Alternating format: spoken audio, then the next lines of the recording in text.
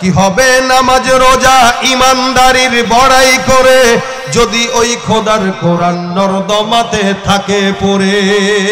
কি হবে কিতাবাদির তালিম দিয়ে মাদ্রাসাতে যদি ওই খোদার কোরআন নিষিদ্ধ হয় আদালতে? কাফনের কাপড় মাথায় ময়দানে আয় ছুটে আয়, কাফনের কাপড় মাথায় ময়দানে আয় ছুটে আয়, বিলিয়ে দে না তোদের জীবনটাকে। কি হবে বেঁচে থেকে অযথা বিদ্যা শিখে যদি না করতে পারি শোষণবিহীন সমাজটাকে? আউযু বিল্লাহি মিনাশ শাইতানির রাজীম। বিসমিল্লাহির রহমানির রহিম। أم يحسدون الناس على ما آتاهم الله من فضله صدق الله مولانا العظيم. وقال النبي صلى الله عليه وسلم إياكم والحسد فإن الحسد يأكل الحسنات كما تأكل النار الحطب أو كما قال النبي عليه الصلاة والسلام. يا أيها الذين آمنوا صلوا عليه وسلموا تسليما. اللهم صل على محمد وعلى آل محمد إبراهيم وعلى آل إبراهيم إنك حميد مجيد. اللهم بارك على محمد وعلى آل محمد كما باركت على إبراهيم وعلى إنك حميد مجيد. زيارة مدینہ کی دل میں ہے تمنا، نہیں ہے میرے پاس سفر کا سمانا. بلغ العلا بکمالہ کشف الدجى بجمالہ حسنت جمیع خصالہ. জবান খুলে আওয়াজ দিয়ে উচ্চ কণ্ঠে জিকির করেন লা ইলাহা ইল্লাল্লাহ, লা ইলাহা ইল্লাল্লাহ, লা ইলাহা ইল্লাল্লাহ, লা ইলাহা ইল্লাল্লাহ, লা ইলাহা ইল্লাল্লাহ, লা ইলাহা ইল্লাল্লাহ, লা ইলাহা ইল্লাল্লাহ, লা ইলাহা ইল্লাল্লাহ, লা ইলাহা ইল্লাল্লাহ, লা ইলাহা লা ইলাহা ইল্লাল্লাহ, লা ইলাহা ইল্লাল্লাহ, লা ইলাহা ইল্লাল্লাহ মুহাম্মাদুর রাসূলুল্লাহ সাল্লাল্লাহু আলাইহি ওয়াসাল্লাম. সুবহানাকা লা ইলমা লানা ইল্লা মা 'আল্লামতানা ইন্নাকা আনতাল আলিমুল হাকীম. রব্বি ইশরাহ লি সাদরি ওয়া ইয়াসসির লি আমরি واحلل عقدة من لساني يفقهوا قولي. أستغفر الله ربي من كل ذنب وأتوب إليه. لا حول ولا قوة إلا بالله العلي العظيم. الحمد لله. গোপীনাথপুর যুব সমাজের উদ্যোগে আয়োজিত দ্বিতীয় বার্ষিক ওয়াজ মাহফিলের আজকের সম্মানিত সভাপতি, দিন প্রিয় ইসলাম প্রিয় ভাইরা, আল্লাহ পাক রব্বুল আলামিনের দরবারে লাখো কোটি শুকরিয়া যে রব্বে কারীম ইমানি মুজাকারায় আজকের এই মজলিসে গুনাহের আখড়া থেকে হেফাজত করে বসার তৌফিক দান করেছেন। আসমান জমিন কাঁপিয়ে জবান খুলে সকলে মহাব্বতে বলি আলহামদুলিল্লাহ।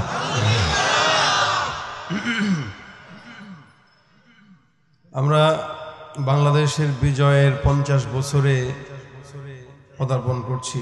আগামীকাল আমাদের দেশের 16 ডিসেম্বর মানে বিজয় উৎসব। বিজয় উৎসবকে কেন্দ্র করে অনেক মানুষ এখন অনেক নানান গুনাহের চিন্তা চেতনা মনে লালন করতেছে যে আগামীকাল কি করবে না করবে।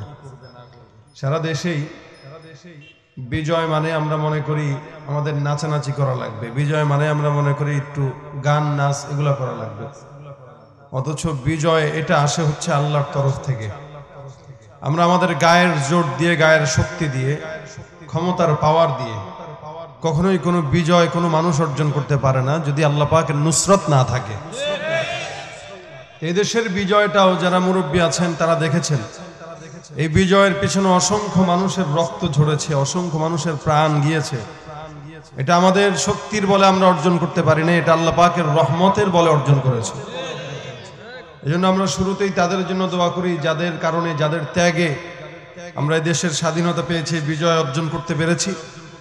আল্লাহ পাক যেন তাদের কবরকে জান্নাতের উচ্চ মাকাম দান করেন, বলেন আমিন। বিজয় মানেই শুধু শহীদ মিনারে ফুলের তোড়া দেওয়ার নাম নয়, বিজয় মানেই নাচ গান ফুর্তি করে সারা দেশে পতাকা লাগিয়ে উৎফুল্লতা করার নাম নয়। বিজয় এটা আল্লাহর তরফ থেকে যেহেতু আসে, এই জন্য বিজয় উৎসব যদি পালন করতে হয় সেটা আল্লাহ পাকের শুকরিয়া আদায়ের মাধ্যমেই পালন করা লাগবে। কিন্তু আমাদের দেশের বিজয় আমরা অন্যভাবে পালন করি, এটা হচ্ছে দুঃখের। অনেক জায়গায় অনেক মানুষ অনেক চিন্তা চেতনা নিয়ে বসবাস করতেছে, যারা প্যান্ডেল করবে, আগামীকাল নাচ গান করবে, ফুর্তি করবে। ঠিক এই সময় আপনারা কিছু মানুষরা, যুবক ভাইরা মিলে আজকের এই প্রোগ্রামের আয়োজন করেছেন। ইনশাআল্লাহ আল্লাহ পাকও আপনাদেরকে ইসলামের জন্য কবুল করুক, বিজয় দান করুক, বলেন আমিন। যদিও আমরা স্বাধীনতায়, এই দেশের স্বাধীনতায় আমরা এই পর্যন্ত অর্জন করতে পেরেছি, এসেছি 50 বছর হয়ে যাচ্ছে। আমরা প্রকৃত পক্ষে যতটুকু স্বাধীনতা আমাদের পাওয়া দরকার ততটুকু পেয়েছি কিনা এটা আমরা সবাই জানি। আজকে আমাদের এই দেশে নগ্নতার স্বাধীনতা আছে, কিন্তু ইসলামের ক্ষেত্রে চলার জন্য যতটুকু স্বাধীনতা দরকার, হক কথা বলার যতটুকু স্বাধীনতা দরকার ততটুকু স্বাধীনতা এখনো আমরা অর্জন করতে পারিনি। রোডঘাট পাকা হচ্ছে, সবকিছুর উন্নতি হচ্ছে, এটা একটা ভালো দিক। সব জায়গায় উন্নতির ছোঁয়া বয়ে যাচ্ছে, এটা অবশ্যই ভালো দিক। কিন্তু সমস্ত কিছু ডিজিটালের পাশাপাশি, উন্নতির পাশাপাশি ইমানের উন্নতিও দরকার আছে না নাই? সব কিছুর উন্নতি হলো, ইমান আর ইসলামের যদি উন্নতি না হয় এই উন্নতি আমাদের কোনো দরকার নাই। আমরা ইসলামের উন্নতি চাই কি চাই না বলেন? আমরা ইসলামের বিজয় চাই কি চাই না? প্রত্যেকটা মানুষের জন্য এটা সবচেয়ে বড় স্বাধীনতা যে আমি এদেশে ইসলাম মুসলমান, আমি আমার ধর্ম নিয়ে সুন্দর করে বাঁচতে পারছি, এটা হচ্ছে আমার প্রকৃত স্বাধীনতা। শুধু এটা আমার জন্য না, এদেশে একজন হিন্দু সেও তার ধর্ম নিয়ে স্বাচ্ছন্দ্যে বসবাস করবে, এটা তার স্বাধীনতা। তার স্বাধীনতাকেও আমাদের রক্ষা করা দরকার, আবার মুসলমানের স্বাধীনতাকেও এদেশের জনপ্রতিনিধিদের রক্ষা করা দরকার। শুধুমাত্র শহীদ মিনারে ফুল দিলাম আর আমি বললাম যে আমি স্বাধীনতা অর্জন করেছি, পালন করেছি, শহীদদের আত্মা সওয়াব পেয়ে গেছে, এটা ভুল ধারণা। শহীদ মিনারে আপনি ফুল দিলেন, এটা সরকারি একটা আইন, দেন, সমস্যা নাই। কিন্তু সবচেয়ে বেশি সওয়াব হয় আজকের এই মজলিসে বসে যারা এই দেশের জন্য জীবন দিয়েছে তাদের জন্য দুহাত তুলে দোয়া করব, এর চেয়ে সওয়াব আর কোনো কিছু হতে পারে না। এটা হচ্ছে প্রকৃতপক্ষে দেশপ্রেম, ঠিক না? স্বাধীনতা চাইনি আমি এই স্বাধীনতা, স্বাধীনতা পাইনি আমি সেই স্বাধীনতা, যাহা চেয়েছি তাহা পাইনি আমি, পেয়েছি যাহা চাইনি, যাহা চেয়েছি তাহা পাইনি আমি, পেয়েছি যাহা চাইনি, তাই তো আমি বিদ্রোহী আর কথাগুলো বেআইনি। স্বাধীনতা চাইনি আমি এই স্বাধীনতা, স্বাধীনতা পাইনি আমি সেই স্বাধীনতা। আজ স্বাধীনতা মানে পামার হাতের মিনারে ফুলের মহড়া দেয়া, এদিকে শহীদ মা জননী ব্যথায় কাতর বুকে জীর্ণ শীর্ণ নিঃস্ব হয়ে মরছে ধুকে ধুকে। ওই শহীদ মায়ের করুণ চাহনি দেখতে আমি চাইনি, তাই তো আমি বিদ্রোহী আর কথাগুলো বেআইনি। স্বাধীনতা চাইনি আমি এই স্বাধীনতা, স্বাধীনতা পাইনি আমি সেই স্বাধীনতা। জবান খুলে বলেন ঠিক কিনা? আজ স্বাধীনতা মানে লিখনির নামে ধর্মকে দেয়া গালি, শিক্ষার ঝুলি মাথায় নিয়েও বিবেক দিয়েছে বলি। আজ স্বাধীনতা যেন লিখনির নামে ধর্মকে দেয় গালি, শিক্ষার ঝুলি মাথায় নিয়েও বিবেক দিয়েছে বলি। ইচ্ছে মতো আবল তাবল বকিছে ধর্মদ্রোহী, যাহা ইচ্ছে বলবে তাহা স্বাধীনতা এত নহি। এই স্বাধীনতা নামে ধর্মে আঘাত দেখিতে আমি চাইনি, এই স্বাধীনতা নামে ধর্মে আঘাত দেখিতে আমি চাইনি, তাই তো আমি বিদ্রোহী আর কথাগুলো বেআইনি। স্বাধীনতা চাইনি আমি এই স্বাধীনতা, স্বাধীনতা পাইনি আমি সেই স্বাধীনতা। ঠিক কিনা? আপনাদেরকে কি তেল দিয়া দিয়ে আওয়াজ দেওয়া লাগবে? এমনিও দেশে তেলের দাম বাড়ছে না কমছে? বাড়ছে না বেশি? বাড়ছে তেলের দাম, সিএনজি ওয়ালারাও দাম বাড়াইছে। তেলের দাম বাড়লে সিএনজি ওয়ালা দাম বাড়াবে কেন বলে? রিক্সাওয়ালাও দাম বাড়াই দিছে। তো তেলের দাম বাড়ছে, অথচ পা দিয়া চালায়। কি সব কিছুর দাম, পেঁয়াজ বলেন মরিচ বলেন সব কিছুর দাম। হ্যাঁ মিয়া চুপ থাকেন, ওয়াজ তো আপনি করেন তাহলে, আমি তো করতেছি, আমারটা পছন্দ হয় না। সব কিছুর দাম বাড়ছে, শুধু মানুষের দাম কমছে। ঠিক না? আমাদের দাম নাই। আমরা এই দেশে দেখি বড় লোকদেরকে কুকুরকে কোলে নিয়ে প্রাইভেট কারে উঠায়, আর ড্রাইভারকে শোয়ার মতো ভালো জায়গা দিতে পারে না। সব কিছুর দাম বাড়ছে, মানুষের দাম কমছে। যারা আগে বড় লোক ছিল এরা দিন দিন বেশি বড় লোক হইতেছে, আর যেগুলা গরিব ছিল এরা একদম মাটির সাথে মিশে যাচ্ছে। এটার নাম স্বাধীনতা নয়। স্বাধীনতা যদি অর্জন করা লাগে, একজন কৃষক শ্রমিক ন্যায্য, একজন সবচেয়ে বেশি যে গরিব তারও ন্যায্য অধিকার সময় মতো দেওয়া, এটাই হচ্ছে প্রকৃত স্বাধীনতা। ঠিক কিনা? এই জন্য আমরা স্বাধীনতা পেয়েছি এটা শুনি, কিন্তু প্রকৃতপক্ষে আমাদের কাছে স্বাধীনতা নাই। সব কিছুর দাম বাড়ছে, গরিবরা খাবে কি? তেল বলেন, পেঁয়াজ বলেন, মরিচ বলেন, মাছ বলেন, সব কিছুর দাম বাড়তি। আর আমাদের পার্শ্ববর্তী বন্ধু রাষ্ট্র যারা, এরা আমাদেরকে সবকিছু দিতে পারলেও পেঁয়াজ মরিচ ঠিক মতো দিতে পারে না। সবকিছুর দাম এরা বাড়ায় দেয় সময় সময়। তার মানে যাদেরকে আমরা বন্ধু মনে করি এরা আমাদের প্রকৃত বন্ধু। এই জন্য ভাই, আমাদের এই দেশের 50 বছরের স্বাধীনতা বিজয় দিবস উপলক্ষে আমরা এটাই বলতে চাই, আমাদের বিজয় উৎসব যেন শুধুমাত্র বড় লোকদের জন্য না হয়, এই বিজয়টা যেন আপামর জনতা, মুচি মেথর রিক্সাওয়ালা, তাদের জন্য যেন এই বিজয়ের উৎসবটা হতে পারে, এই চিন্তা করা দরকার। সবার জন্য বিজয় সমান। ঠিক না? কেউ বিজয় মাথার উপরে দিয়া নাচবে আর কেউ পায়ের তলায় ফেলবে, এটা আমরা চাই। যেহেতু বিজয় আল্লাহর তরফ থেকে, এই বিজয়টা ইসলামের বিজয় হোক এবং মুসলমানদের বিজয় হোক। স্বাধীনতা মানে আজকে যারা ধর্মকে গালি দেয়, আজকে যারা বিসমিল্লাহর বিরুদ্ধে কথা বলে, তাদের স্বাধীনতা আছে, কিন্তু আমরা তাদের বিরুদ্ধে কথা বললে আমাদের হক কথা বলার স্বাধীনতা নাই। এটা কেমন স্বাধীনতা? আল্লাহ পাক এই কারণেই এদেরকে ছাড় দেন, মাগার ছেড়ে দেন না। এই জন্য আল্লাহ পাক রব্বুল আলামিন রাসূলকে বলেন, মা কানা রব্বুকা নাসিয়া, রাসূল আপনার রব ভুলেন না, কিন্তু মাঝে মাঝে রশি ঢিলা দেন। এই রশি ঢিলা দিতে দিতে যখন আসমানে উঠতে থাকে, আল্লাহ পাক এমন ভাবে টান দেয়, দুবাইয়ের মাটিতেও পা রাখতে পারে না, কানাডার জমিনেও পা রাখতে পারে না, অবশেষে আবার চোরের মতো বাংলাদেশে ঢোকা লাগে। এই বিচার জনগণ করে নাই, করেছে কে? আল্লাহ করেছে। এরপরেও আমরা দিন শেষে এটাই বলতে চাই, আল্লাহ তাকেও হেদায়েত দান করে। যারাই উল্টাপাল্টা কথা বলে এরা না বুঝেই বলে। ঠিক না? রাসূল করিম সাল্লাল্লাহু আলাইহি ওয়াসাল্লামকে কষ্ট দিয়েছে, রাসূল গালি দিয়েছেন বা বদদোয়া দিয়েছেন, এমন কোন বিষয় আছে না। রাসূল বলেছেন কি, আল্লাহুম্মা হদি কওমি। এরা ক্ষমতা পেয়ে মনে করেছে স্বাধীনতা আমাদের আছে, ক্ষমতা আছে, বিসমিল্লাহর বিরুদ্ধে বলি। তো বিসমিল্লাহ তো কোনো মুসলমানের বাপদাদার সম্পদ না, এটা আল্লাহর জিনিস। আমাদের বাপদাদার সম্পদ দিয়ে টান দিবেন সেটা অন্য হিসাব, কিন্তু ইসলাম নিয়ে টান দিবেন ওটার দায়িত্ব আমাদের না, ওটার দায়িত্ব আল্লাহর। এমন ভাবে ধরবে ছাপ দিয়া পালানোর কোনো জায়গা পাওয়া যাবে না। এজন্য বাইতুল্লাহ ভাঙার জন্য আব্রাহার দল আসছিল। বাইতুল্লাহ ভাঙবে, সমস্ত জাতিকে নিয়ে আব্রাহা সামনে হাজির। এর আগে আব্দুল মুত্তালিবের কিছু উট ওই আব্রাহার যে বাদশা আছে সে দখল করছে।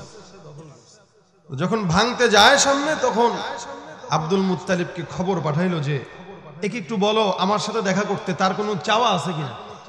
আব্রাহার বাদশা এটা মনে করেছে যে আমি তাকে ডাক দিলে যদি কোনো কিছু বলি যে তোমার কি দরকার, হয়তো সে বলবে ভাই আপনি আল্লাহর ঘরটা ভাঙেন না, মনে করছে সেইটা বলবে। ডাক দেওয়ার পরে আল্লাহ পাক রব্বুল আলামিনের বান্দা বলে এই তুমি কি চাও বলো। আব্রাহার বাদশা বলে তুমি কি চাও। আব্দুল মুত্তালিব ডাক দিয়া বলতেছে আমি আপনার কাছে আমার যেই উটগুলো আপনি নিয়েছেন, দখল করেছেন, ওই উটগুলো ফেরত চাই। আব্রাহার বাদশা মনে মনে বলে এটা কেমন স্বার্থপর মানুষ, তোর বাইতুল্লাহ ভাঙার জন্য। বাইতুল্লাহ সভাপতি ছিল আব্দুল মুত্তালিব। আমাদের দাদারা এখন ক্লাবের সভাপতি হয়, আমাদের দাদারা ফুটবল, ওই ফুটবল গ্রুপ, ওই ফুটবল গ্রুপ, ওই খেলার গ্রুপ, ওই ক্লাব, ওই নাচ ড্যান্স, ওই বার, এগুলার সভাপতি। আর আমরা এগুলা নিয়ে গর্ব করি যে আমার দাদা ওইটার সভাপতি, আমার দাদা ওইটার মুখ। আরে মিয়া রাসূল করিম সাল্লাল্লাহু আলাইহি ওয়াসাল্লামের দাদা ছিলেন স্বয়ং বাইতুল্লাহর সভাপতি। সুবহানাল্লাহ। দাম বেশি না কম? সে ডাক দিয়া বলে আমার উটগুলো আমাকে রিটার্ন দেন। উট যে রিটার্ন দেব, তোমার কি ঘরের প্রতি একটু মায়া নাই? বলে কোন ঘর? বাইতুল্লাহ ভাঙার জন্য আমি কত বড় হাতি নিয়ে আসছি, এত বড় দল নিয়ে আসার পরেও তোমার কাছে বাইতুল্লাহ একটু রক্ষা করব এইটা তোমার কাছে প্রয়োজন মনে হয় নাই? তোমার কাছে তোমার উটের দাম বেশি হয়ে গেল, এত উটের দাম তোমার কাছে। দেখেন আব্দুল মুত্তালিব কি বলে। আব্দুল মুত্তালিব কিছুক্ষণ চিন্তা করলেন, চিন্তা করার পরে এবার বলতেছেন আরে বাইতুল্লাহ তো আল্লাহর ঘর। কার ঘর বলেন? ইন্না আউওয়ালা বাইতিন উদিআ লিন-নাস লাল্লাযী বিবাক্কাতা মুবারাকা ওয়া হুদাল লিল আলামিন। দুনিয়াতে এর আগে অন্য কোনো ঘর ছিল না, সর্বপ্রথম ঘর হইল বাইতুল্লাহ, আল্লাহর ঘর। তে আল্লাহ পাক রব্বুল আলামিনের যেই ঘর, এটা তো আল্লাহর ঘর। আর উট তো আমার উট, আমার জিনিস তুমি আমাকে ফেরত দিবা, এটা হচ্ছে আমার চাওয়া। আর আল্লাহর ঘর তুমি যে ভাঙতে আসছো, ওই ঘরকে আল্লাহ রক্ষা করবে না করবে না ওইটা আল্লাহর হিসাব। সুবহানাল্লাহ বলেন। আপনারা একটু দুর্বল জাতি আজকে যেটা বুঝতেছি। দেখেন আমরা হইলে কি করতাম? আমরা হইলে আগে চিন্তা করতাম ভাই আমার এই জিনিসটা আগে দেওয়া দরকার। আব্দুল মুত্তালিব চিন্তা করছে আমার বাইতুল্লাহ এক হিসাব আর উট আরেক হিসাব। বাইতুল্লাহ তো সাধারণ কোনো মানুষের ঘর না, এটা আল্লাহর ঘর। আর আব্দুল মুত্তালিবের এই কথা শোনার পর আব্রাহা চিন্তা করছে এটাই যে লোকটা সেলফিশ, স্বার্থপর মানুষ, আল্লাহর ঘরের প্রতি তার কোনো মায়া নাই। কিন্তু আব্দুল মুত্তালিবের এত দুনিয়ার মানুষ আসুক, ভাঙার কোনো শক্তি নাই। আব্দুল মুত্তালিব বলে আপনি আমার উট নিয়ে গেছেন, উটের মালিক আমি, আর ঘরের মালিক আল্লাহ। তো ঘর যার সে হেফাজত করবে, উট আমার, উট আমি হেফাজত করতেছি, তো আপনি যারটা তাকে দিয়ে দেন। এবার আব্দুল মুত্তালিব এই কথা বলে পাহাড়ের চূড়ায় উঠে বসে বসে তামাশা দেখে, দেখি কি হয়। তামাশা দেখে আর দোয়া করে আল্লাহ এই ঘরটা তো আমার না, ঘরটা তো তোমার, আর তুমি তো এটা আজকে বানাও নাই, দুনিয়ার শুরুতে বানাইছো। প্রথম এটা ফেরেশতাদের মাধ্যমে আল্লাহ পাক রব্বুল আলামিন এটা নকশা আঁকেন, তারপরে ফেরেশতারা আসার পরে আদম পয়গম্বরকে দিয়ে এটার ঘর উঠান, এরপরে বহুদিন এটা নিশ্চিহ্ন ছিল, এরপরে আবার ইব্রাহিম পয়গম্বরকে দিয়ে সেটার পুনর্জীবন দান করেন। এই যে এই ঘরটা কোথায়? স্বয়ং বাইতুল্লাহর উপরে বাইতুল মামুর একটা ঘর আছে, সেটা হচ্ছে ফেরেশতাদের তওয়াফের জায়গা।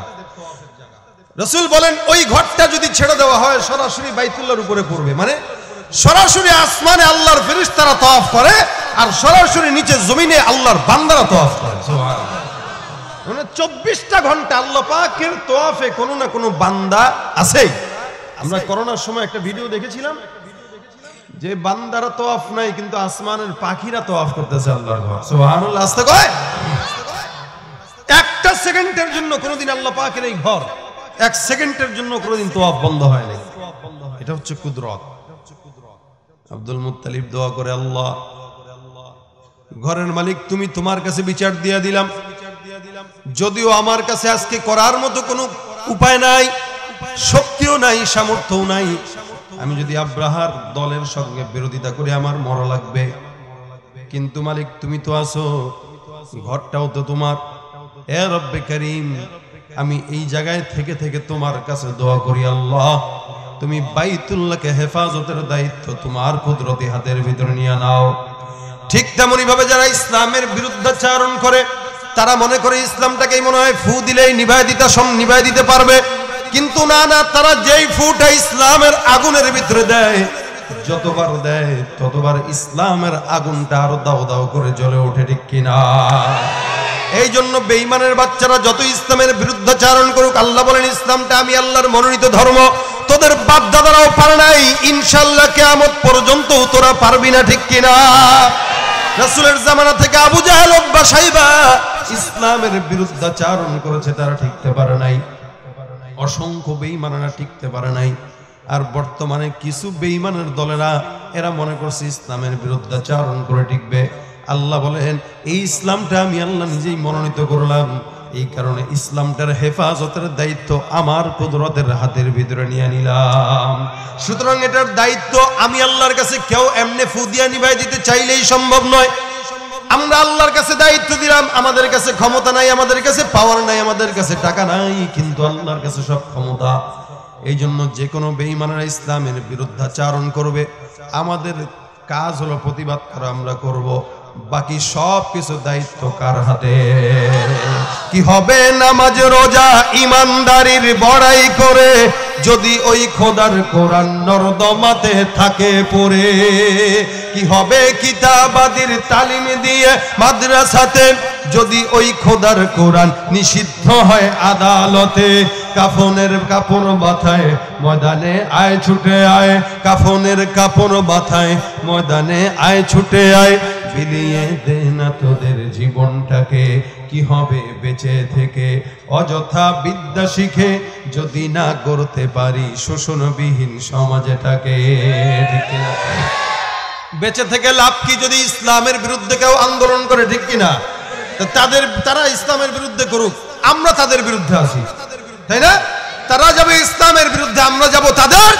হ্যাঁ, আমরা এখন কামান দিয়ে তাদেরকে হত্যা করতে পারবো না, আমরা তাদের ক্ষমতা দমায় দিতে পারবো না, কিন্তু আমরা আব্দুল মুত্তালিবের মতো এতটুকু পারবো যে আল্লাহ আমার যতটুকু দরকার আমি ততটুকু করেছি, বাকি ওকে দমানোর দায়িত্ব এখন তোমার হাতে ছেড়ে দিলাম, আল্লাহর হাতে ছেড়ে দিলাম। তো আল্লাহ পাক দুনিয়ার সব দরজা বন্ধ করে দিয়েছে। আমরা করলে কি করতাম? হয়তো পিটাইতাম, এই করতাম, সেই করতাম, এতটুকুই হয়তো আন্দোলন করতাম, রাস্তাঘাট অবরোধ করতাম, কিছু গাড়ি ভাঙতাম, কিন্তু এটার চেয়ে এটা বেশি ভালো হয়েছে যে আল্লাহর কাছে বিচার দিয়ে রাখছি, আল্লাহ পাক রব্বুল আলামিন সব জায়গার দরজা বন্ধ করে দিয়েছে মাত্র এক সপ্তাহের ব্যবধান। এটাই হলো ইসলামের বিরুদ্ধাচারণ করার কুফল। এজন্য অতীত থেকে শিক্ষা নেওয়া। আব্রাহার দল সামনের দিকে আগায়, আব্দুল মুত্তালিব বলে আমার ঘোড়া আমার উট আমার কাছে দাও।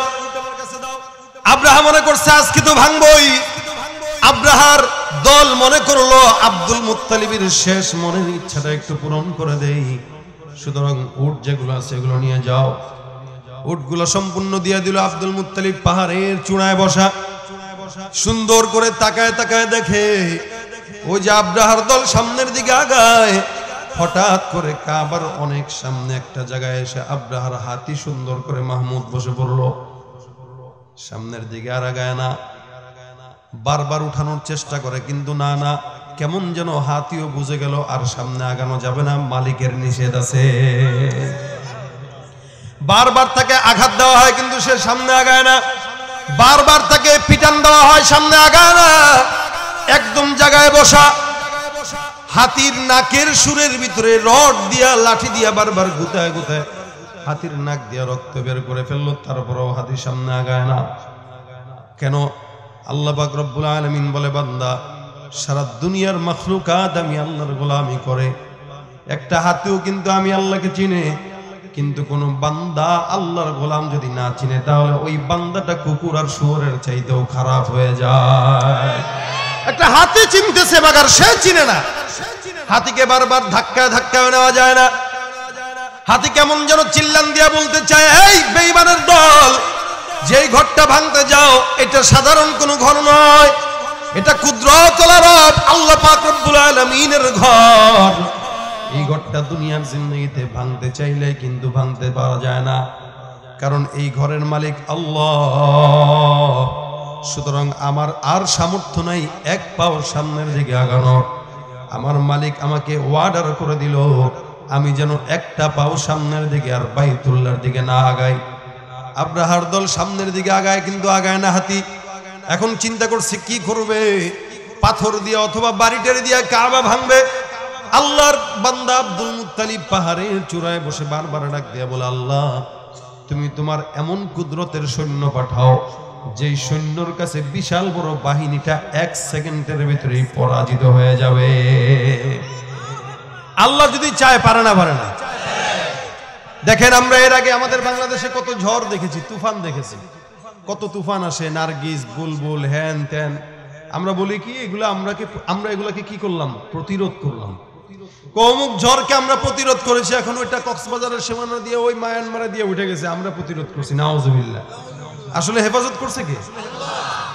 ওই যে পদ্মা নদীর মাঝে উঠছে নৌকা দিয়ে, ঝড় বিশাল, এখন একবার ডুবে বাসে। এখন এই যে নৌকায় যত আরোহী আছে, এত জীবনে যা দোয়া পড়ে নাই এই নৌকায় 10 মিনিটে সব দোয়া পড়া হয়ে গেছে। এখন আর দোয়া মনে নাই। আর লা ইলাহা ইল্লা আনতা সুবহানাকা লা ইলাহা ইল্লা আনতা সুবহানাকা লা ইলাহা ইল্লা আনতা সুবহানাকা ইন্না লিল্লাহি ইন্না ইলাইহি আউযু বিল্লাহি বিসমিল্লাহ, সব পড়া শেষ।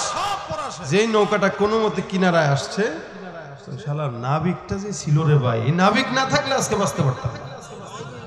হয় না এটা? ড্রাইভারটা যা কেমনে জানে কাট দিলেও বাস বেঁচে গেলাম, নাহলে তো আজকে শেষ হয়ে যেতাম এই ড্রাইভার না থাকলে।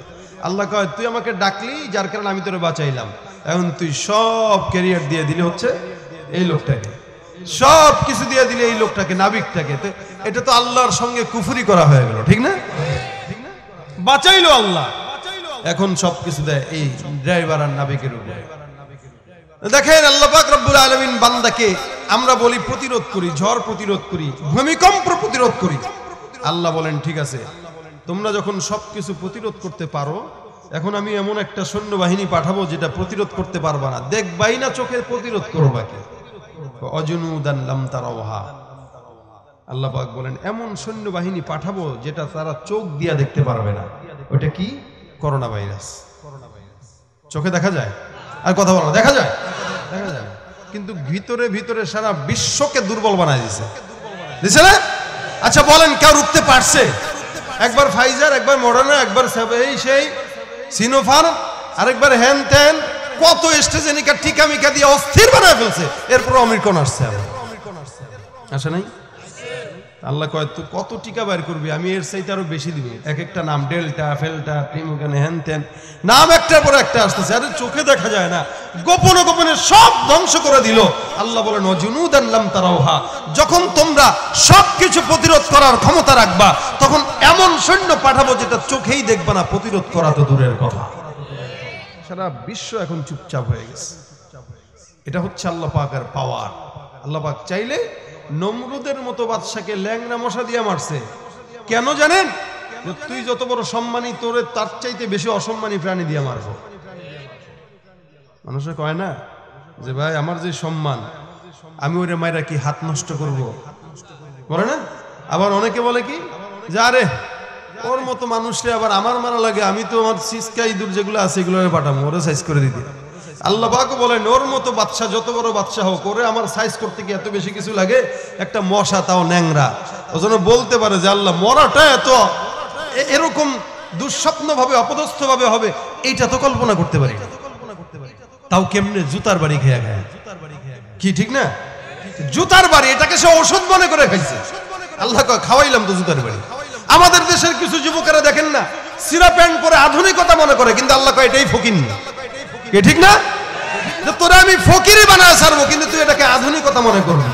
যার কারণে সিরা প্যান্ট, যেটা আগে টাকা দিলে, কেন ফ্রি দিলেও পড়তাম না, ওইটা এখন 3000 টাকার বিনিময়ে পড়ে। আল্লাহ বলে পড়াইছি ফকিরার জিনিস, কিন্তু ও মনে করতেছে আধুনিকতা। আল্লাহ কয় আমি তোর জুতার বাড়ি খাওয়াইছি, খাওয়াই তো দিছি জুতার বাড়ি, তুই তো মনে করতেছ ওটা ওষুধ। আসলে তো ওষুধ না, আসলে লাঞ্ছনা, ঠিক না? আল্লাহ চাইলে সব পারে। আব্রাহার দল সামনে আগায়, আব্দুল মুত্তালিব দোয়া করে আল্লাহ এখান থেকে তুমি তোমার কুদরতের খেলা দেখায় দাও। রব্বুল আলামিন পাঠায় দিলেন। আব্রাহার সৈন্যবাহিনী দূর থেকে তাকায় দেখে বিশাল বড় ঝাঁক সামনের দিকে আগায়। কেমন ঝাঁক, বলে আসমানের ভিতরে মেঘের মতো কালো টুকরা সামনের দিকে আগাইতেছে। এরা মনে করছে ঝড় আসছে, তুফান আসছে। এরা ভয় পেয়ে গেল, কিরে এরকম কালো মেঘ কোনোদিন দেখি নাই। কিন্তু না না, এটা কালো মেঘ নয়, এটা বিশাল বড় একটা পাখির ঝাঁক। যেই পাখি এত ছোট এত ছোট, এক একটা পাখি তয়রন আবাবিল, এক ধরনের ছোট পাখিকে আল্লাহ পাক রব্বুল আলামিন উল্লেখ করেছেন। যেই পাখি প্রত্যেকটা পাখির পায়ের ভিতরে দুইটা করে আর জবানের ভিতরে একটা করে, অর্থাৎ একটা পাখির কাছে পাথর কয়টা? মুফাসসিরিন ইকরাম বলেন এটা সরিষা দানার সমান এক একটা পাথর। সরিষা যতটুকু ছোট, পাথরগুলো এতটুকু ছোট, কারণ পাখিটাও ছোট, পাথরগুলোও ছোট। দুই পায়ে দুইটা পাথর, ঠোঁটের ভিতরে একটা পাথর। এই তিনটা করে পাথর নিয়ে প্রত্যেকটা পাখি এক একজনকে মারবে। মুফাসসিরিন ইকরাম বলেন প্রত্যেকটা পাথরের ভিতরে সমস্ত বেঈমানগুলোর নাম উল্লেখ করা আছে। অর্থাৎ ধরা খায় গেছিস, আল্লাহর দরবারে তোর নামটা উঠে গেছে। যতই পালাও লাভ নাই, জাহান্নাম ছাড়া আজকে আর কোনো উপায় নাই। জয় পালাবে কই? এক একজন দৌড় মারতেছে পাথর দেখে আর পাখি দেখে। আল্লাহ পাক রব্বুল আলামিন এমন ভাবে সিল মারা মেরে দিছে, বাসায় গেছে ওই পাখি পাথর মারছে উপরে, আর ওই পাথর যায় পড়ছে তার বাসায়, ওখানে এসে চিৎপটাং হয়ে শেষ। আব্দুল মুত্তালিব দেখে আর হাসে, কয় বাবা বাবা, আমি এখান থেকে দোয়া করছি, আল্লাহ তুমি ওখান থেকে কবুল করছো। আর এক একটা বেঈমানদেরকে ছোট্ট ছোট্ট পাথর যেটা চোখে দেখা যায় না, ওগুলা পড়ার সাথে সাথে এক একটা শেষ নগদে দুনিয়ার জমিনে বাঁচানোর কোনো স্বপ্ন তাদের দেখার সম্ভাবনা নাই। এটা আল্লাহ পাক রব্বুল আলামিনের কুদরত। আল্লাহ চাইলেই বেঈমানদেরকে এইভাবে ধ্বংস করতে পারে না, পারে না। এই জন্য ক্ষমতা থাকলেই বড় বড় কথা বলতে হয় না, পাওয়ার থাকলেই ইসলামের বিরুদ্ধে কথা বলতে হয় না, টাকা থাকলেই অহংকার করা লাগে না। কারণ যা কিছু হয় সব কার তরফ থেকে হয়? আল্লাহ দেয়। আমার আপনার পরিচয় তো আল্লাহ পাক কোরআনে বলেছেন। আমি যে হিংসা করি, আমি যে অহংকার করি, আমি যে গর্ব দেখাই, আমি যে পাওয়ার দেখাই, এগুলো নেওয়া কার থেকে?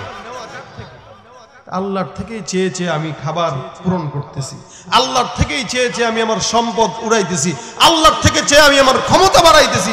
দিন শেষে আমি আমার বেটাগিরি দেখাই যে আমি অমুক, আমি তমুক। আল্লাহ বলেন তোর পরিচয় হলো ইন্নাল্লাহা গনিয়্যুন ওয়া আনতুমুল ফুকারা। শুধুমাত্র ধনী আল্লাহ, বাকি সব হলো কি? ফকির। বলেন, জোরে বলেন। আমরা কি? আমি কি? আপনারা কি? আমার বাবাও ফকির, আপনারাও ফকির, আমার দাদাও ফকির, আপনাদের দাদাও ফকির। অর্থাৎ আমার বাপ দাদা 14 গোষ্ঠী যা আসছে যা আসবে সব ফকিরনি। ধনী কে? বলেন আমরা কি? আরো জোরে, আমরা কি ফকির? এরকম জোরে কোনোদিন নিজেরা ফকির বলছেন? এর আগে বলছে না? আমরা তো ফকির। এই জন্য হাসান বসরি রহমতুল্লাহ আমাদের পরিচয় বলতেছেন, আউয়ালুকা নুতফাতুন মাজিরা ওয়া আখিরুকা জিফাতুন কাজিরা ওয়া বাইনা যালিকা তাহমিলুল আজিরা। যে তোমার পরিচয় তুমি শুনো, তোমার শুরুটা নাপাক দিয়া। কি দিয়া? আমার বাবা মার মিলনের মাধ্যমে আমাদের যে পানি, নাপাক পানি দিয়ে জন্ম, ওই পানি বের হওয়ার সাথে সাথে গোসল ফরজ হয়ে গেছে, তার মানে এটা নাপাক। আল্লাহ পাক রব্বুল আলামিন নাপাক জিনিস দিয়ে আপনাকে আমাকে জন্ম দিয়েছেন, তার মানে আমার শুরুটা কি? নাপাক। এরপরে আমার ইন্তেকালের পরে আমার সবকিছুই তো নাপাক। আর মাঝখানে জন্ম থেকে মৃত্যু পর্যন্ত যা আমার পেটের ভিতরে নিয়ে ঘুরতেছি, এগুলো কাটলে পাক না নাপাক? সব পায়খানা আর পেশাব আর পোকা মাকড় সব পেট থেকে বেরোবে, যাই বেরোবে সব কি? নাপাক। তা শুরুও নাপাক, শেষও নাপাক, মাঝখানে যা আছে সব নাপাক। তাহলে আমি যে অহংকার করব, এটার কোনো যুক্তি আছে? এমন যদি হইতো আমার খাওয়ার কোনো প্রয়োজন নাই, আমি জান্নাতি, তার একটা কথা ছিল। এই জন্য আল্লাহ পাক রব্বুল আলামিন হাদিসের ভিতরে, কুদসির ভিতরে বলেন, রাসূল করিম সাল্লাল্লাহু আলাইহি ওয়াসাল্লাম বর্ণনা করেন, আল কিবরিয়া উরিদাই, অহংকার যেটা, গর্ব যেটা, এটা আল্লাহ পাক রব্বুল আলামিনের জন্যই সাজে। কারণ এটা আল্লাহর চাদর। কোন বান্দা যদি টানাটানি করে, আল্লাহ পাক রব্বুল আলামিন তাকে ছিটকা দিয়ে ফেলে দেন। এ মুসলমান, এই কারণে বান্দা ক্ষমতা, পাওয়ার যা কিছু সব আল্লাহ দেয়। যা কিছু পাইলাম সব আল্লাহর তরফ থেকে পাইলাম। আজকে ক্ষমতা থাকতে পারে, আগামীকাল নাও থাকতে পারে। এই কারণে ক্ষমতা থাকা অবস্থায় মানুষের সঙ্গে ভালো আচরণ করেন, ইসলামের খেদমত করেন, ক্ষমতা চলে গেলেও এলাকা ছাড়া লাগবে না, কানাডায় যাওয়া লাগবে না, জনগণের হৃদয়ের ভিতরে বসবাস করা যাবে, ঠিক কিনা? যারা এই ক্ষমতার অপব্যবহার দেখায় তারা এই জিনিসটা চিন্তা করে না। অহংকার, হিংসা, দুই গ্রুপে হিংসা চলতেছে। রাজনীতি, ভোটাভুটি, ইউপি নির্বাচন, এই হিংসাত্মক মনোভাব নিয়ে একজন আরেকজনকে মারতেছে। ওর দলে বেশি কেন, আমার দলে কম কেন, বাস মারামারি লেগে গেছে। ও কেন চেয়ারম্যান হলো, আমি কেন পারলাম না, মারামারি লেগে গেছে। এই জন্য ভাইরা, দুনিয়ার জমিনে কিছু কিছু গুনাহ মানুষকে আল্লাহ পাক রব্বুল আলামিন দোষও দিলেন, আবার গুণও দিয়া দিলেন। কিছু দোষ আর কিছু গুণ নিয়ে দুইটার সংমিশ্রণে মানুষের তৈরি। কিন্তু দুনিয়ার ভিতরে সর্বপ্রথম সংগঠিত গুনাহ যেটা, সেটা হলো হাসাদ। এই কারণে আল্লাহ পাক রব্বুল আলামিনের হাবিব বলেন, ইয়াকুমুল হাসাদ ফাইন্নাল হাসাদা ইয়াকুলুল হাসানাতি কামা তাকুলুন নারুল হাতাব। বান্দা, হিংসাটা এমন একটা মারাত্মক অপরাধ। আমরা সমাজের ভিতরে নামাজ আদায় করি, রোজা রাখি, হজ করি, যাকাত দিয়ে ইবাদত বন্দেগী করি, কিন্তু মনের ভিতরে হিংসা থাকার কারণে রাসূল বলেন, এই হিংসাটা তোমার সমস্ত নেকিকে খেয়ে ফেলবে। কেমন ভাবে? যেমন ভাবে একটা আগুন তার লাকড়িকে ঝলমল করে সঙ্গে সঙ্গে খেয়ে ফেলে। আগুন দুই প্রকার, কিছু আগুন আছে মানুষকে দাউ দাউ করে সাথে সাথে জ্বালায় দেয়, কিছু আগুন আছে আস্তে আস্তে পুরায়, যেমন ইট ভাটার আগুন। হিংসা নামক যে আগুনটা আছে, ওই আগুনটা আস্তে আস্তে বান্দারে পুড়ায় দেয়, বান্দার আমল নষ্ট করে দেয়। এই কারণে আল্লাহ পাক বলেন, আমি আল্লাহ যদি কোনো বান্দাকে কণ্ঠ দেই, আমি আল্লাহ যদি কোনো বান্দাকে ক্ষমতা দেই, আমি আল্লাহ যদি কোনো বান্দাকে পাওয়ার দেই, এটা আমি আল্লাহর ইচ্ছায় দান করি। তুমি তার বিরুদ্ধাচারণ করা, তার সঙ্গে হিংসা করা, মানে আমি আল্লাহর বিরুদ্ধে অবস্থান নেওয়া। কারণ এটা আমি দিলাম, এই জিনিসটা আমি তাকে দিলাম, তুমি হিংসা করার কে? তুমি হিংসা করলা মানে যে আল্লাহ তুমি তাকে এই জিনিসটা দিলা, এটা পছন্দ হয় না, এটা তোমার দেওয়া উচিত ছিল না, এই চিন্তাই তো করা। তা আল্লাহর সঙ্গে এই চিন্তা করা, এটা কি ইমানদারি না বেঈমানি বলেন? দুনিয়ার ভিতরে সর্বপ্রথম গুনাহ হইল হাসাদের গুনাহ। ওই যে আল্লাহ পাক রব্বুল আলামিন আদম পয়গম্বরকে সৃষ্টি করার আগে আজরাইল ফেরেশতাকে ডাক দেয়া বলে, জমিন থেকে মাটি নিয়ে আসো। দেখেন হিংসা কোথা থেকে আসে। জমিন থেকে মাটি নিয়ে আসার জন্য ইসরাফিলকে আদেশ দেয়। ইসরাফিল আলাইহিস সালাতু ওয়াস সালাম দুনিয়ার সব জায়গা থেকে মাটির টুকরা নিয়ে এসে সুন্দর করে আল্লাহর কাছে দেন।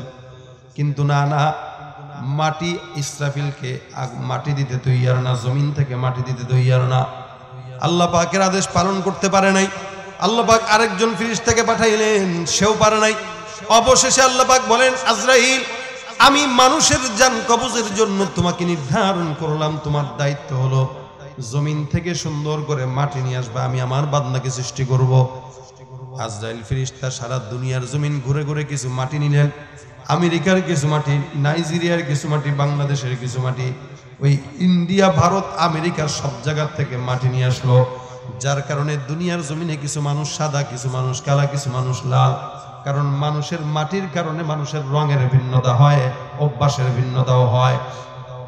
যখন নাকি আল্লাহ পাক রব্বুল আলামিনের কাছে মাটি দিয়া দিলেন, মাটি দেওয়ার পর আল্লাহ পাক রব্বুল আলামিন নিজের কুদরতি হাতে বানায় বলেন, ইয়া ইবনা আদম খলাকতুকা বিয়াদাই, সারা সৃষ্টি জগৎ আমি আল্লাহ আদেশ দিয়ে বানাইলাম, কিন্তু বান্দা তোমাকে আমি আল্লাহ আদেশ দিয়ে বানাই নাই, আমি আল্লাহ পাক মহব্বত করে আমার নিজের কুদরতের হাত দিয়ে বানাইলাম।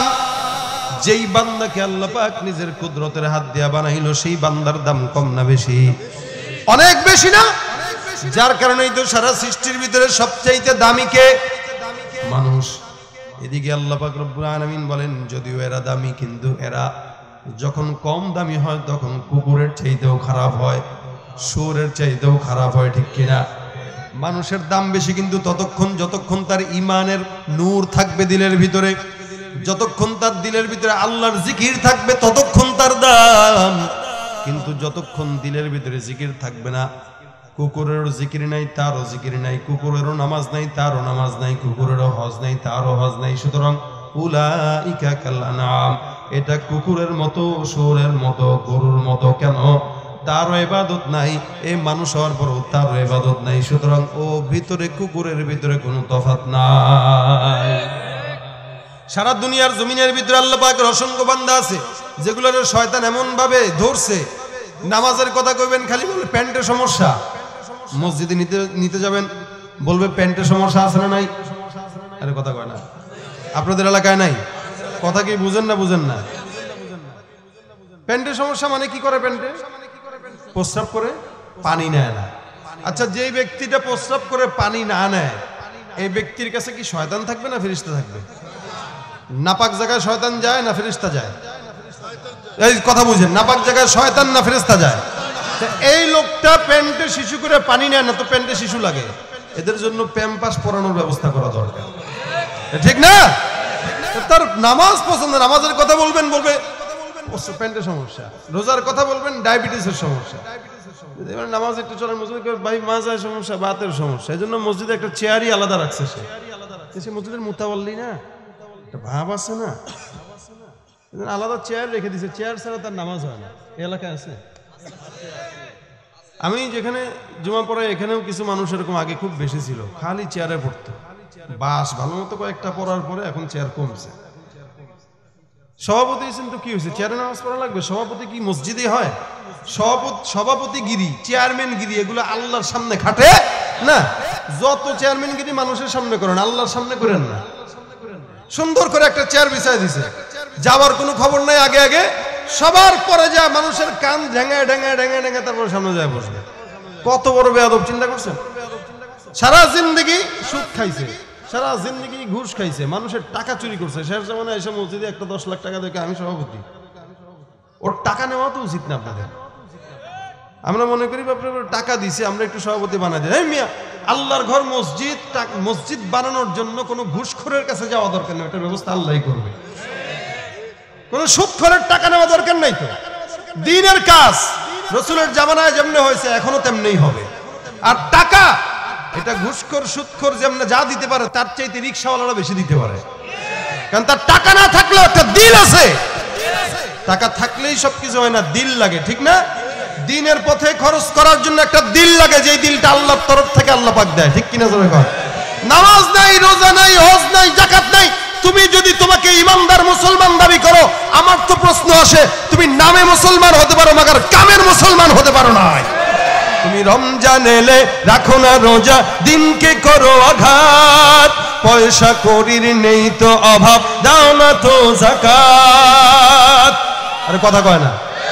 তুমি রমজান এলে রাখো না রোজা, দিনকে করো আঘাত, পয়সা করির নেই তো অভাব, দাও না তো যাকাত। তুমি ইমানদারির বড়াই করো, নেই তোমার ঈমান, ইমানদারির বড়াই করো, নেই তোমার ঈমান। তুমি কেমন মুসলমান, তুমি কেমন মুসলমান? পারেন? আর বলেন কেমন মুসলমান? আওয়াজ নাই। কেমন মুসলমান তুমি? নামাজের সাথে নাই পরিচয়, মানো না কোরআন, নামাজের সাথে নাই পরিচয়, মানো না কোরআন। তুমি কেমন মুসলমান? নবীর উম্মত দাবি করো, সুন্নাহ মানো না, নবীর অপমানে তোমার হৃদয় কাঁদে না। নবীর উম্মত দাবি করো, সুন্নাহ মানো না, নবীর অপমানে তোমার হৃদয় কাঁদে না। তুমি বিজাতীয় সংস্কৃতিতে সপেছ পরাণ, বিজাতীয় সংস্কৃতিতে সপেছ পরাণ। তুমি কেমন মুসলমান, তুমি কেমন মুসলমান? সুদের টাকায় প্রাসাদ গড়ো, ঘুষ ছাড়ো না, দিন দুঃখী না খেয়ে মরে খবর রাখো না। তুমি সুদের টাকায় প্রাসাদ গড়ো, ঘুষ ছাড়ো না, দিন দুঃখী না খেয়ে মরে খবর রাখো না। তুমি ঘুষ খেয়ে অবিচার করো, সাজিয়া প্রধান। টাকা যেদিকে, বিচার সেদিকে। ঘুষ যেখানে, চাকরিও সেখানে আছে না নাই? তুমি ঘুষ খেয়ে অবিচার করো, সাজিয়া প্রধান। তুমি কেমন মুসলমান, তুমি কেমন মুসলমান? কথা কয় না? আছে না নাই এই টাইপের মুসলমান? আসলে কি মুসলমান? আজকে আমাদের এক ভাই আমার গল্প শুনাইলো। এক ব্যক্তি 30 বছর বলে নামাজই পড়ে না, জুমার নামাজও না, ঈদের নামাজও না, কোনো নামাজই না। তো শুনাইতেছে যে হুজুর, আমি মেহনত করে তার পিছনে 4 ঘন্টা সময় ব্যয় করছি, 4 ঘন্টা ব্যয় করে খাওয়ান দাওয়ান দিয়া টিয়া আমি মসজিদের দিকে নেই, সেও দিকে যায়। যে পিএইচডি ওয়ালা ডিগ্রি ওয়ালা শয়তান তারা ধরছে। শয়তান যারা ধরে খেলাফত দিয়া ছাড়ে, খেলাফত প্রাপ্ত খলিফা।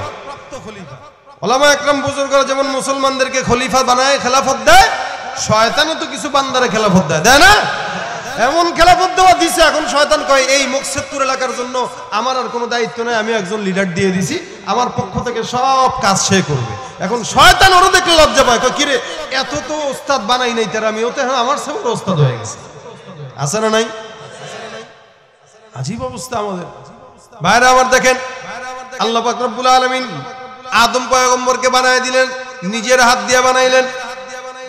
শয়তান এখন খোঁচা দেয়, মাত্র মূর্তিটা বানাইলেন। যেই বান্দা ছোট থাকতে বান্দা কেমন হবে এটা বাপ মা ছোট থাকতেই বুঝে। ইবলিস যে শয়তান হবে এটা আল্লাহ পাক ইবলিসের আচরণ দেখেই বুঝতে পারছেন। আর আমি একটা মানুষ বানায় রাখলাম, মাটির একটা মূর্তি, তুই এটার খোঁচাস কে? দেই আর কি খোঁচায়, মাত্র এখনো নড়তেও জানে না, চড়তেও জানে না, একটা মূর্তি একটা পড়ে আছে, এটারে খালি একবার এখানে খুঁজে একবার এখানে খুঁজে। আল্লাহ কয় না, আর এর বেশি দিন আমরা রাখা যাবে না, কোন দিক দিয়ে টেমাটুমা বানায় দেয়। ঠিক আছে, ফানাফাখতু ফীহি মির রূহি ফাকউ লাহু সাজিদিন। সুন্দর করে আল্লাহ পাক রব্বুল আলামিন বান্দার নাকের সামনে নিজের কুদরতের জবান নিয়ে আসলেন। রব্বুল আলামিন বান্দার দিলের ভিতরে রূহ মোবারক ফুঁকায় দিলেন। এখন রূহটা আস্তে আস্তে দিমাগে আসে, দিমাগে বুদ্ধি হয়। রূহটা হাতের ভিতরে আসে, হাতের ভিতরে শক্তি হয়। রূহটা পেটে যখন যায়, পেটের ভিতরে ক্ষুধার যন্ত্রণা আসে। যখন নাকি সুন্দর করে সারা শরীরের ভিতরে রূহ ফুঁকে গেল, এবার আল্লাহর পয়গম্বর আদম নবী আল্লাহু আকবার ধ্বনি দিয়া সুন্দর করে আল্লাহর কুদরতের কদমে সিজদায় পড়ে গেল। দেখেন ভাই, এই জায়গায় আদম পয়গম্বরের জীবনের সর্বপ্রথম কথা কার নাম জোরে বলেন তো? কথা কয় না, কার নাম? আল্লাহু আকবার, জোরে বলেন কার নাম? সর্বপ্রথম নাম নিয়েছে আল্লাহু আকবার। আদম পয়গম্বর জন্মের পরেই আল্লাহর নাম নিয়েছেন। এই জন্য প্রত্যেকটা মানুষ জন্মের পরে কানের ভিতরে আজান দেয়, আল্লাহু আকবার শোনায় দেয়। এটা মুসলমানের একটা নিজাম। মুসলমানের শুরুতেই আল্লাহর নাম, শেষেও আল্লাহর নাম, মাঝেও থাকবে কার নাম? সমস্ত জায়গায় জায়গায় যদি আল্লাহর নাম অর্জন করা যায়, ইনশাআল্লাহ আশা করা যায় আল্লাহ পাক রব্বুল আলামিন ক্ষমা করে জান্নাত দিবেন। আদম পয়গম্বর এখন জান্নাতে বানায় দিলেন আল্লাহ পাক রব্বুল আলামিন। জান্নাতে আদম পয়গম্বরকে ঘুরাইতেছেন।